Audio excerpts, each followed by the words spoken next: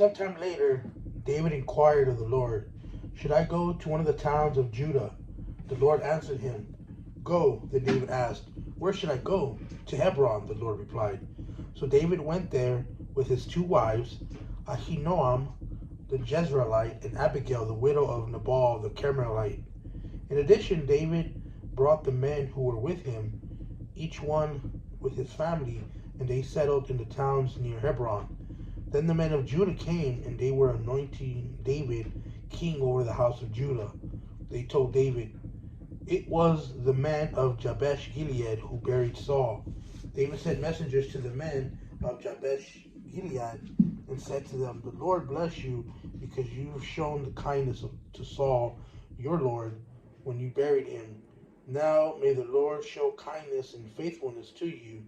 I will also show the same goodness to you, because you have done this deed. Therefore be strong and valiant, for though Saul your Lord is dead, the house of Judah has anointed me king over them." Abner, son of Ner, commander of Saul's army, took Saul's son Ishbosheth and moved him to Mahanaim. He made him king over Gilead, Asher, Jezreel, Ephraim, and Benjamin, over all Israel. Saul's son Ishbosheth was 40 years old when he became king over Israel. He reigned for 2 years. The house of Judah, however, followed David. The length of time that David was king in Hebron over the house of Judah was 7 years and 6 months. Abner, son of Ner, and soldier of Ishbosheth, son of Saul, marched out of Mahanaim to Gibeon. So Joab, son of Zeruiah, and David's soldiers marched out and met them by the pool of Gibeon. The two groups took up position opposite of the pool. Then Abner said to Joab, "Let's have the young men get up and compete in front of us." "Let them get up," Joab replied. So they got up and were counted off, 12 for Benjamin and Ishbosheth, son of Saul, and 12 from David's soldiers. Then each man grabbed his opponent by the head and thrust his sword into the opponent's side, so that they all died together. So this place, which is in Gibeon, is named Field of Blades. The battle that day was extremely fierce, and Abner and the men of Israel were defeated by David's soldiers. The three sons of Zeruiah were there: Joab, Abishai, and Asahel. Asahel was a fast runner, like one of the wild gazelles. He chased Abner and did not turn to the right or to the left in his pursuit of him. Abner glanced back and said, "Is that you, Asahel?" "Yes, it is," Asahel said. Abner said to him, "Turn to your right or left, seize one of the young soldiers, and take whatever you can get from him." But Asahel would not stop chasing him. Once again, Abner warned Asahel, "Stop chasing me. Why should I strike you to the ground? How could I ever look at your brother Joab in the face?"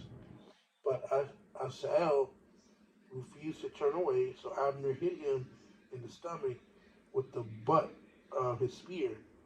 The spear went in through his body, and he fell and died right there.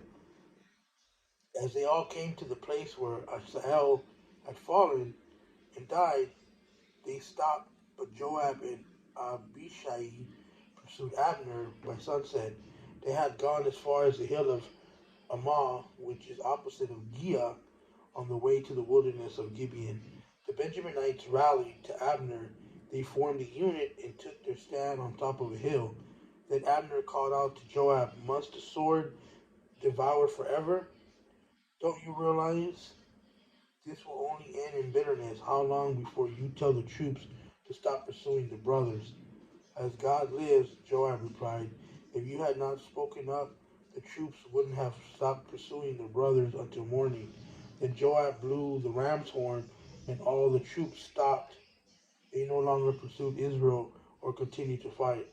So Abner and his men marched through the Arabah all that night. They crossed the Jordan, marched all morning, and arrived at Mahanaim. When Joab had turned back from pursuing Abner, he gathered all the troops. In addition to Asael, 19 of David's soldiers were missing, but they had killed 360 of the Benjamites and Abner's men.